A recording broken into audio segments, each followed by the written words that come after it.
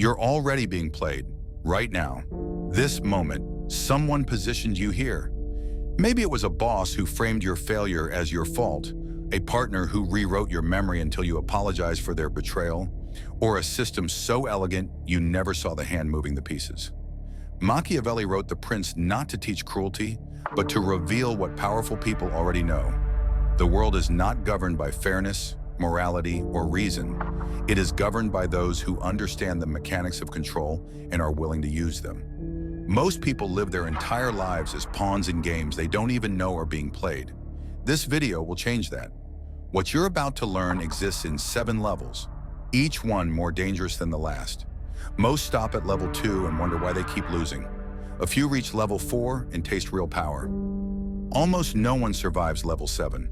By the end, you'll know exactly where you stand. You'll see the patterns you've been blind to. You'll understand why certain people always win, while others, no matter how hard they try, always serve. And here's the part that should terrify you. Once you see it, you can't unsee it. The question is not whether you'll learn this. The question is whether you'll learn it before someone uses it on you again. Let's begin. Most people never wake up. They stumble through life believing the world operates on fairness, merit, and good intentions. They think hard work is rewarded. They think honesty is respected. They think the best ideas win. Then reality hits them in the face, and they call it bad luck. Machiavelli understood something most refuse to accept. Human beings are not rational creatures. They are rationalizing creatures. They don't make decisions based on logic. They make decisions based on fear, desire, ego, and social pressure. Then they invent logical reasons afterward to justify what they already wanted to do. This is level 1. This is where you realize the game exists. You stop seeing the world as it pretends to be and start seeing it as it actually is. You notice that the person who gets promoted is not the hardest worker. It's the one who made the boss feel important. You notice that the most trusted person in the room is often the best liar. You notice that entire industries, governments, and relationships are built on carefully managed illusions. Machiavelli did not invent this. He simply wrote it down. In The Prince, he stripped away every romantic delusion about power and said the quiet part out loud. It is better to be feared than loved if you cannot be both. Not because fear is noble, not because cruelty is good, but because people are more reliable in their fear than in their affection. Love is conditional, loyalty is temporary, fear is structural. This is not cynicism. This is political realism. It is the acknowledgement that the world rewards those who understand human nature as it is, not as we wish it were. At level 1, you gain 3 things. Pattern recognition. You start seeing the same manipulations everywhere. The politician who attacks his opponent's character because he has no policy argument. The coworker who asks your opinion just to figure out how to position against you. The partner who uses affection as a reward and withdrawal as punishment. Once you see the pattern, you see it in every room you enter. Immunity to naivete. You stop being shocked when people lie. You stop expecting fairness from systems designed to concentrate power. You stop trusting people just because they smile at you. This doesn't make you paranoid. It makes you awake. Political realism. You accept that power exists, that it will be used, that pretending otherwise doesn't make you virtuous. It makes you a victim. Because once you see manipulation, you cannot unsee it. You can't go back to believing your boss has your best interests at heart. You can't return to thinking your government tells you the truth. You can't unknow that most of what people say is performance. And that makes you dangerous, not because you'll hurt anyone, but because you can no longer be controlled by the same illusions that control everyone else. Machiavelli was hated not because he was evil, but because he made power visible. He turned the invisible hand into something you could study, predict, and counter. That's why The Prince was banned. That's why people still call his name synonymous with manipulation, because the people who benefit from your ignorance do not want you to wake up. But you just did. Power is not what you are, it's what people believe you are. Machiavelli knew this 500 years ago, and it's more true now than ever. At level 2, you realize that reality doesn't matter. Perception is reality. The CEO, who works harder than anyone, might spend 4 hours a day in meetings where nothing happens, but he's always seen entering the office early. The trustworthy friend never contradicts anyone in public, so everyone assumes she has no agenda. The politician who tells it like it is has a team crafting every off-the-cuff remark. This is the level where you learn to build a mask, not a lie, not a fake personality, a strategic identity. You decide what people see, you control what they assume. You manage the image so carefully that you never have to explain yourself, because they've already explained you to themselves. Baldassare Castiglione wrote the Book of the Courtier as a manual for this exact skill. He called it sprezzatura, the art of making the difficult look effortless, the ability to control a room without appearing to try, to dominate a conversation without raising your voice, to win without anyone realizing they lost. Machiavelli expanded on this. Everyone sees what you appear to be, few experience what you really are. Translation? Your reputation is more powerful than your character. What people think about you when you're not in the room is more important than what you actually do in the room. This is why Cialdini's influence works. This is why body language experts like Joe Navarro teach you to control micro-expressions. Because people make decisions about you in the first 7 seconds, and they spend the rest of the interaction confirming that snap judgment. At level 2, you gain 3 things. Image control. You learn to dress for the role you want, not the one you have. You learn to speak with the tone that makes people assume authority. You learn to enter rooms like you own them, even when you don't. Body language literacy. You read the micro signals that reveal what people actually think. The pause before they agree. The shift in posture when you mention a name. The forced smile that never reaches the eyes. You stop listening to words. You start watching behavior. Plausible innocence. You learn to position your actions so that even if someone suspects you, they can't prove it. You never look like the aggressor. You always look like the reasonable one.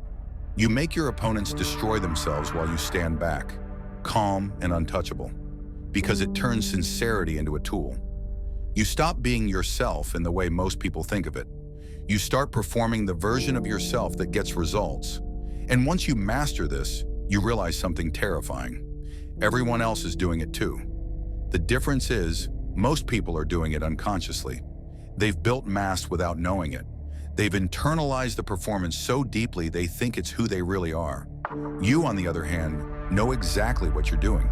You see the strings. You pull them deliberately. That makes you dangerous. Not because you're fake, but because you're the only one in the room who knows the game is being played. You stop arguing, you start positioning. At level 3, you realize that force is for amateurs. Threats are expensive. Confrontation is inefficient. Coercion leaves evidence. Machiavelli understood that the most elegant power is invisible. You don't need to make people obey you. You need to make them want to obey you. You don't need to win the argument.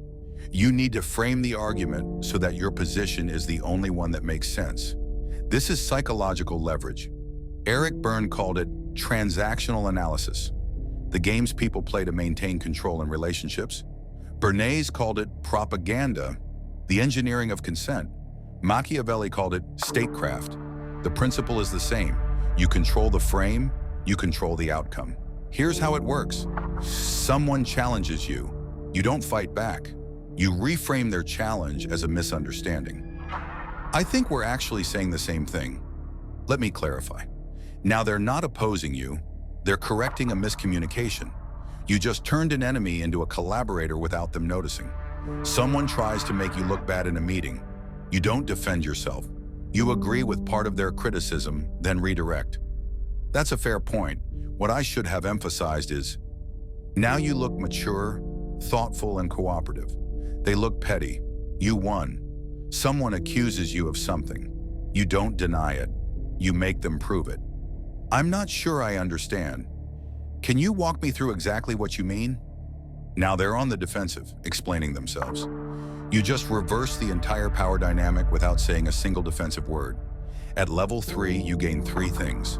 Frame control. You dictate the terms of every conversation. You decide what the real issue is. You set the boundaries of what's acceptable to say.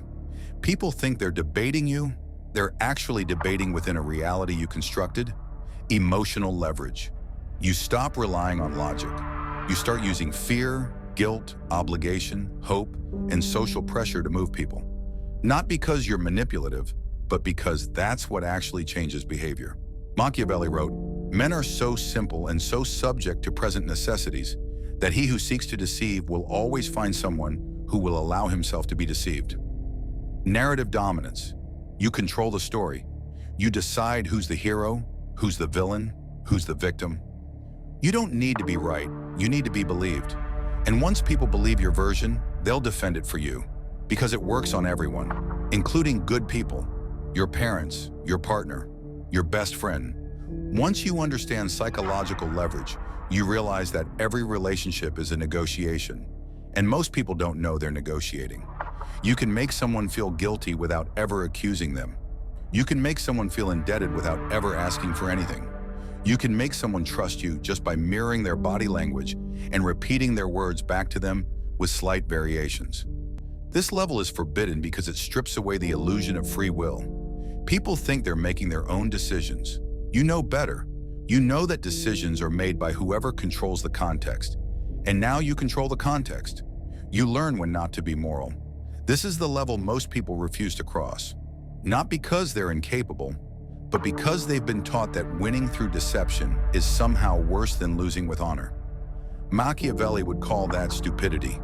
In The Prince, he writes, "A prince must know how to use both the beast and the man." Translation, you must be willing to act like a fox when necessary, cunning, deceptive, ruthless, and like a lion when required, strong, visible, unmovable. The fox alone gets trapped. The lion alone gets outsmarted. The one who masters both survives. At level 4, you stop viewing morality as a set of universal rules. You start viewing it as a strategic variable. You lie when the truth is expensive. You betray when loyalty becomes a liability. You sacrifice allies when the cost of protecting them outweighs the value. This doesn't make you evil, it makes you effective. Miyamoto Musashi understood this when he wrote The Book of Five Rings. He didn't teach swordsmanship. He taught timing, positioning, and misdirection. The greatest swordsman is not the strongest. It's the one who appears weakest at the exact moment his opponent overcommits. Sun Tzu said the same thing in The Art of War. All warfare is based on deception. You appear weak when you are strong. You appear strong when you are weak. You attack where your enemy is unprepared. You never fight fair, because the purpose of war is victory, not honor. At level 4, you gain 3 things. Deception mastery. You learn to lie without flinching, not because you enjoy it, but because the person who hesitates when lying loses to the person who doesn't. You learn to tell the truth selectively. You learn to omit the parts that hurt you. You learn to frame facts so that they support your narrative, even when the raw data doesn't. Timing and misdirection. You learn to strike when your opponent is distracted. You learn to create crises that force people to act emotionally. You learn to position yourself as the solution to problems you quietly helped create. Machiavelli. Never attempt to win by force what can be won by deception. Ruthless clarity. You stop pretending you're the good guy. You stop needing people to like you. You stop caring whether your actions are fair. You care whether they work, and if they work, you do them. If they don't, you discard them. No guilt, no hesitation, no second guessing, because it teaches victory without virtue. It says the quiet part out loud. Nice guys finish last, not because the world is unfair, but because they refuse to do what winners do. They hesitate. They apologize.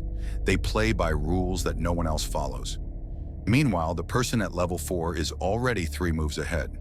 They've positioned the loss as your fault. They've framed their betrayal as your failure. They've walked away clean while you're left explaining what happened. This level is forbidden because it destroys the myth that doing the right thing leads to success. Sometimes it does. Often it doesn't. And the people at level 4 stop caring which is which. You stop chasing wins. You build inevitability. At level 5, you realize that individual victories are noise. What matters is structure. What matters is the system.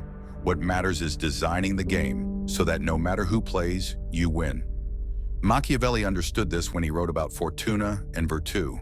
Fortuna is luck, circumstances beyond your control. Virtù is your ability to shape those circumstances. Most people are victims of fortuna. They get lucky or unlucky. They rise and fall with forces they don't understand. The person at level 5 doesn't hope for good fortune. They engineer the conditions that make fortune irrelevant. Robert Caro's The Power Broker is the blueprint for this. It's the story of Robert Moses, a man who was never elected to office but controlled New York City for 44 years. How? He didn't fight for power. He built the infrastructure that made power flow through him. He controlled the committees that approved funding. He designed the legal frameworks that required his signature. He positioned himself as the only person who understood the system. And once the system was in place, it didn't matter who was mayor, who was governor, or who was president. They all had to go through him. That's level 5. You stop being a player. You become the board. You don't win elections. You decide what's on the ballot. You don't compete in markets. You write the regulations that determine who can compete. You don't argue in meetings. You control who gets invited to the meeting. At level 5, you gain 3 things. Structural dominance. You embed yourself in systems that can't function without you. You make yourself indispensable, not through skill, but through positioning. You become the gatekeeper, the approver, the only one with the full picture. Coalition logic. You stop thinking in terms of individual relationships. You start thinking in terms of blocks, factions, and alliances. You don't need everyone to support you. You just need the right combination of groups who can't afford to oppose you. Machiavelli. The first method for estimating the intelligence of a ruler is to look at the men he has around him.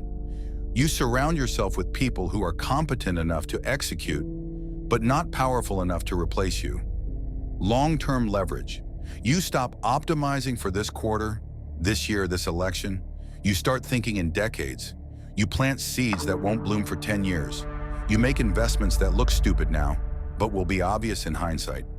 You play the long game because the long game is the only one that matters.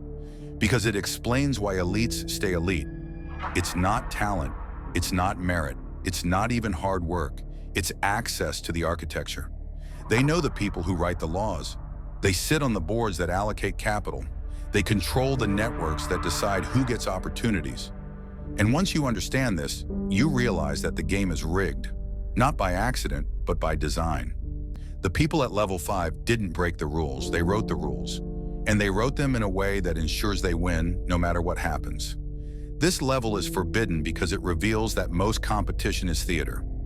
The real decisions are made in rooms you're not invited to, by people you'll never meet, using frameworks you don't even know exist. But now you do. The strongest hand is the one no one sees. At level 6, you disappear. Not because you're weak, but because visibility is a liability. The person everyone sees is the person everyone blames. The person everyone fears is the person everyone wants to remove.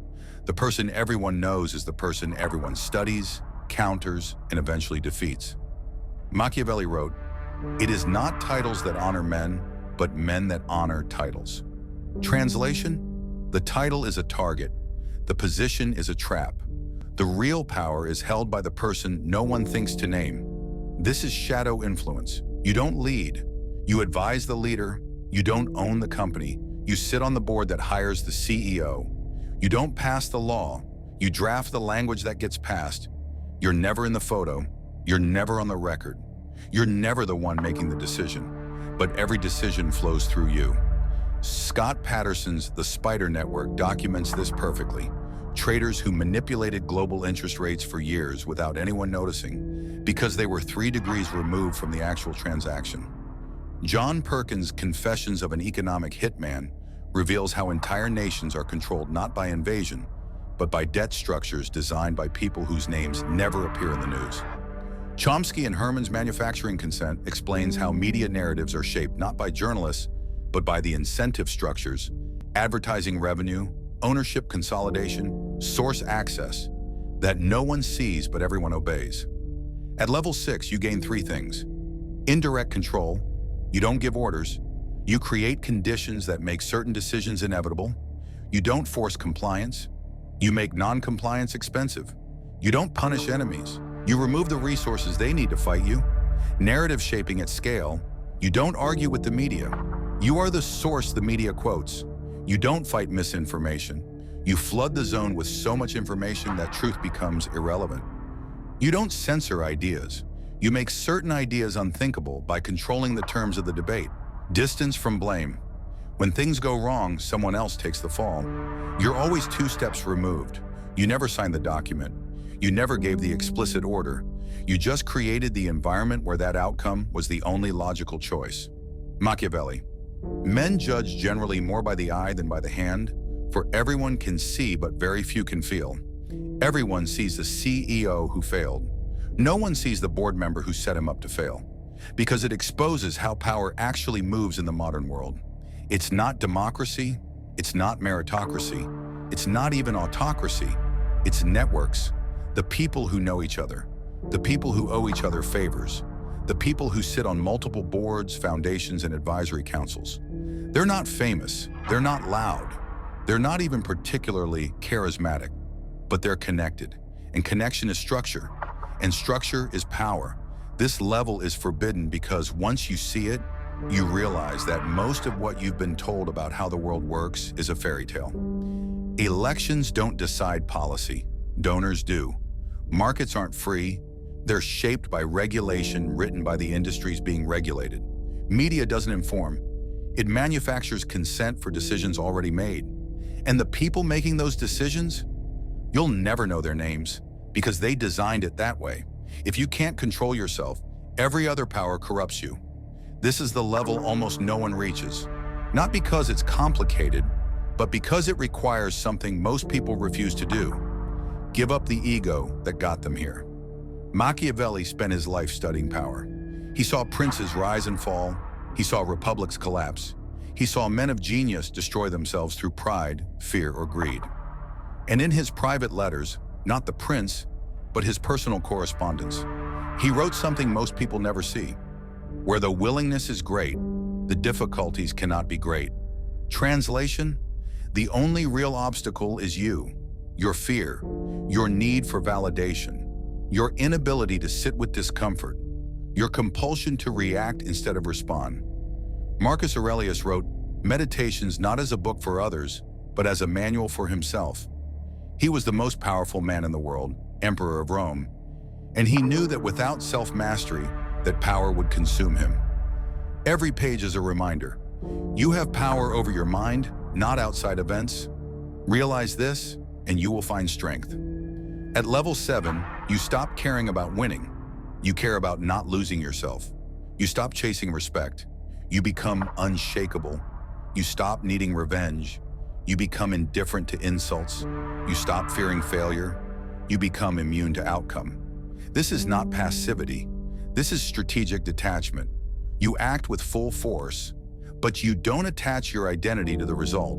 You pursue power, but you don't become enslaved by it. You win, but you don't need to win to feel whole. 50 Cent and Robert Greene wrote the 51st Law about exactly this. The ultimate freedom is fearlessness, not recklessness, not stupidity, but the ability to stare at the worst-case scenario and say, I'll survive that. Once you reach that point, you become ungovernable. No one can threaten you. You've already accepted the worst. No one can bribe you. You don't need what they're offering. No one can shame you. You've already made peace with who you are. At level 7, you gain 3 things. Emotional immunity. You stop reacting. Someone insults you. You notice it. You assess whether it's useful information. Then you move on. Someone betrays you. You handle it. You don't spiral.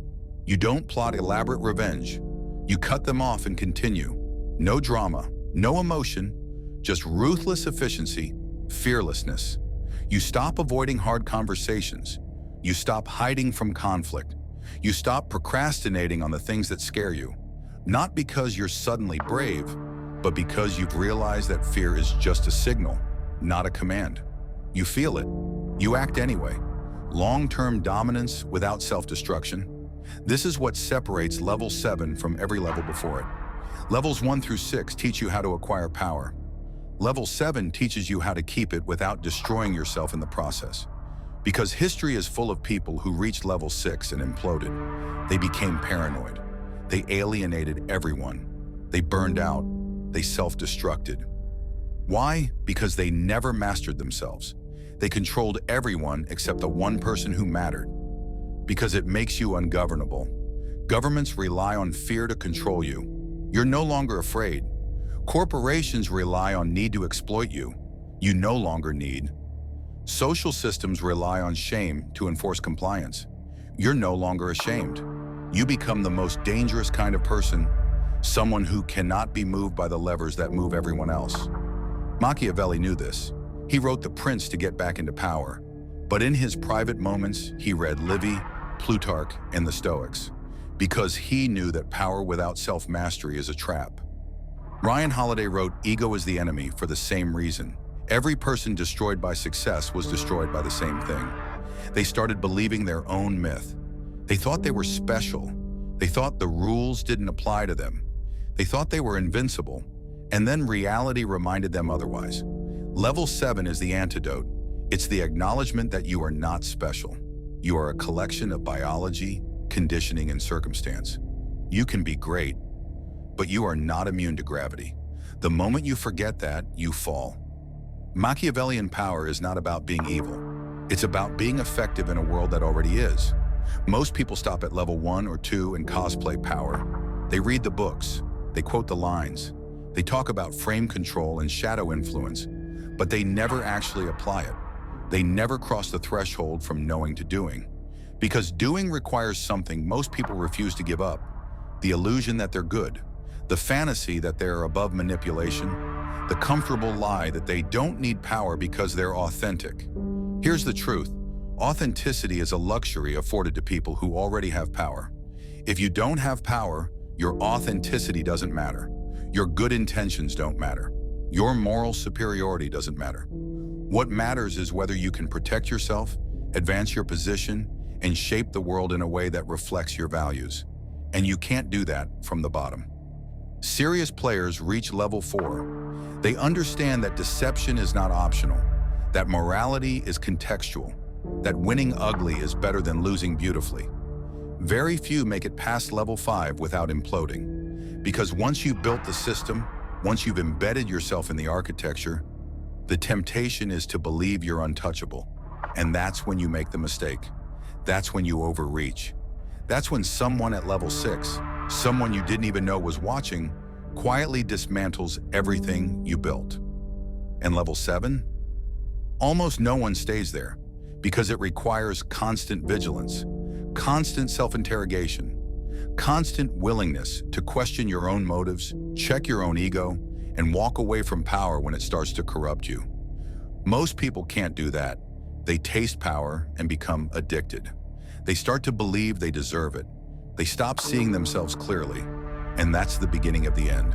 So here's the question you need to ask yourself. Which level are you on? And more importantly, which level do you need to reach to protect yourself from the people already there?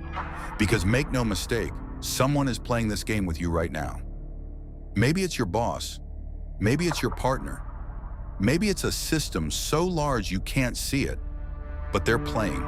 And if you're not aware of the levels, if you haven't studied the mechanics, if you don't know the patterns, you're not a player. You're a piece. Machiavelli didn't write The Prince to create tyrants. He wrote it to give people the tools to survive in a world run by tyrants. The knowledge is neutral. What you do with it is up to you. You can use it to defend yourself. You can use it to build something worth protecting, or you can ignore it and hope that fairness, decency, and good intentions are enough. History will tell you how that works out. The 7 levels are not a ladder you climb once. They're a framework you return to every single day. You'll move between them depending on context. Sometimes you need level 2, social mass power, to navigate a room. Sometimes you need level 4, dark strategy, to survive a betrayal. Sometimes you need level 7, self-mastery, to stop yourself from making a decision you'll regret. The goal is not to live at level 7 permanently. The goal is to know which level the situation requires and have the skill to operate there. That's mastery. That's power. That's what Machiavelli was really teaching. Now the question is, what will you do with it?